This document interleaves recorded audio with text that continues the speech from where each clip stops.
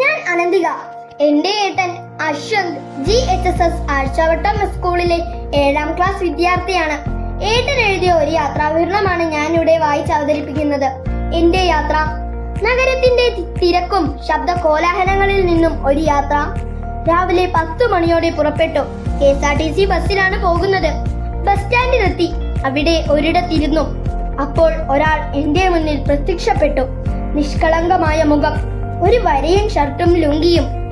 അയാൾ എന്നോട് ചോദിച്ചു, എവിടേക്കാ പോകുന്നത്? ഞാൻ പറഞ്ഞു, വയനാട്ടിലേക്ക്. വീണ്ടും അയാളുടെ മറ്റൊരു ചോദ്യം, ഒരു പാക്കറ്റ് കടല എടുക്കട്ടെ? എങ്ങനെയാണ് വേണ്ട എന്ന് പറയുക?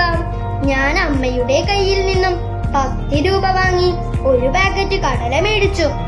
അയാളുടെ മുഖത്ത് ഒരു ചെറു പുഞ്ചിരി വീണു. അതു കണ്ടപ്പോൾ എനിക്കും സന്തോഷം തോന്നി.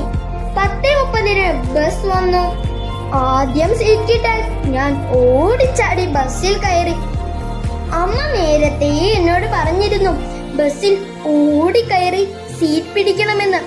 ബസ് പുറപ്പെട്ടു. എനിക്ക് സൈഡ് സീറ്റ് തന്നെ കിട്ടി. കുറച്ചു കഴിഞ്ഞപ്പോൾ ഞാൻ ഉറങ്ങിപ്പോയി. പിന്നെ താമരശ്ശേരി എത്തിയപ്പോഴാണ് എഴുന്നേറ്റത്. ചുരം കാണാൻ ഞാൻ ആകാംക്ഷയോടെ കാത്തു നിന്നു. എത്ര വലിയ നഗരമാണ് കോഴിക്കോട്! ബസ് നീങ്ങും തോറും ദൂരവും കൂടുന്നത് പോലെ തോന്നുന്നു. ഇനി എന്റെ ക്ഷമ നശിക്കുകയാണോ എന്ന് എനിക്കറിയില്ല. പിന്നെ ഈങ്ങാപ്പുഴയും അടിവാരവും കഴിഞ്ഞ് ചുരമെത്തി. ഇരുവശത്തും മരങ്ങൾ, അതിനിടയിലൂടെ ഞങ്ങളും. 3 മലകൾക്കിടയിലൂടെയുള്ള ചുരത്തിന്റെ മാസ്മരികമായ സൗന്ദര്യം എന്നെ അത്ഭുതപ്പെടുത്തി. ഞാൻ താഴേക്ക് നോക്കി. ആ കാഴ്ച എന്റെ കണ്ണുകളെ വിസ്മയിപ്പിച്ചു. എല്ലാ കെട്ടിടങ്ങളും മനുഷ്യന്റെ വലുപ്പത്തേക്കാൾ ചെറുത്. പച്ചപ്പ് നിറഞ്ഞ മരങ്ങൾ, മലകൾക്കിടയിലൂടെ പന്നിക്കെട്ടുകൾ പോലെയുള്ള മേഘങ്ങൾ. ഓ, എന്തൊരു ഭംഗി! പിന്നെ ഞാൻ ഒരു വ്യത്യസ്തമായ മരം കണ്ടു. അതിന്റെ വേരുകൾ പാറയുടെ മേൽ മുറുകി പിടിച്ചു നിൽക്കുന്നു. കുറെ വള്ളികളും വള്ളിയുടെ മേൽ തൂങ്ങിച്ചാടി കളിക്കുന്ന കുരങ്ങുകളും. പിന്നെ മരങ്ങളും പച്ചപ്പും നിറഞ്ഞ മനോഹരമായ വയനാട്ടിലേക്ക്. വയനാടിന്റെ കവാടം കടന്ന് ലക്കിടിയിലേക്ക് പ്രവേശിച്ചു. വയനാട്ടിൽ ഏറ്റവും കൂടുതൽ മഴ ലഭിക്കുന്ന പ്രദേശമാണ് ലക്കിടി. വഴിയിൽ ചങ്ങലമരം കാണാനും എനിക്ക് സാധിച്ചു. എനിക്കതിന്റെ ഐതിഹ്യം അറിയാൻ ധൃതിയായി. അമ്മ എനിക്ക് പറഞ്ഞു തന്നു, വയനാട് പണ്ടൊരു വനമായിരുന്നു. സുഗന്ധവ്യഞ്ജനങ്ങളും ഔഷധങ്ങളും നിറഞ്ഞ ഒരു വനം. ഈ വയനാട് കൈയടക്കാൻ ബ്രിട്ടീഷ് പട്ടാളം ശ്രമിച്ചു. പക്ഷേ കുന്നുകയറി മുകളിലെത്താനുള്ള വഴി അവർക്കറിയില്ലായിരുന്നു. ഇതറിയുന്ന ഒരേ ആളായിരുന്നു കരിന്തണ്ടൻ. ബ്രിട്ടീഷ് പട്ടാളം അദ്ദേഹത്തെ സമീപിച്ചു.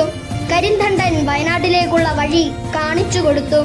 കരിന്തണ്ടൻ ഒരു ഗോത്രവർഗക്കാരനായിരുന്നു. ഒരു ഗോത്രവർഗക്കാരൻ സഹായിച്ചാണ് താൻ തന്റെ ദൗത്യം പൂർത്തിയാക്കിയത് എന്ന് ലോകമറിഞ്ഞാൽ നാണക്കേടാണെന്ന് തോന്നിയ വെള്ളപ്പട്ടാളത്തിന്റെ നേതാവ് അയാളെ വധിക്കാൻ സൈന്യത്തോട് പറഞ്ഞു. സൈന്യം അദ്ദേഹത്തെ വധിച്ചു. പിന്നീട് ആ വഴി പോകുന്നവർക്കെല്ലാം അപകടങ്ങൾ പതിവായി. അതിനുശേഷം ഒരു മന്ത്രവാദി കരിന്തണ്ടന്റെ ആത്മാവിനെ ചങ്ങലയിൽ തളച്ച് മരത്തിൽ കെട്ടിവെച്ചു. മരം വളരും തോറും ചങ്ങലയും വളരുന്നുണ്ടെന്നാണ് നാട്ടുകാർ പറയുന്നത്. ഇതുകേട്ട് ഞാൻ അത്ഭുതപ്പെട്ടുപോയി. ലക്കിടി കഴിഞ്ഞ് വൈത്തിരി വഴി ബസ് ചുണ്ടയിലെത്തി. കേരള കാപ്പിവിള ഗവേഷണ കേന്ദ്രം സ്ഥിതി ചെയ്യുന്നത് ചുണ്ടയിലാണെന്ന് അമ്മ പറഞ്ഞു തന്നു. പിന്നീട് എപ്പോഴാണ് ഉറങ്ങിപ്പോയതെന്ന് എനിക്കറിയില്ല. അമ്മ എന്നെ തട്ടി ഉണർത്തി. അങ്ങനെ ബസ് ഇറങ്ങി വീരപരശിയുടെ മണ്ണിലേക്ക്, അതെ, എന്റെ നാട്ടിലേക്ക്.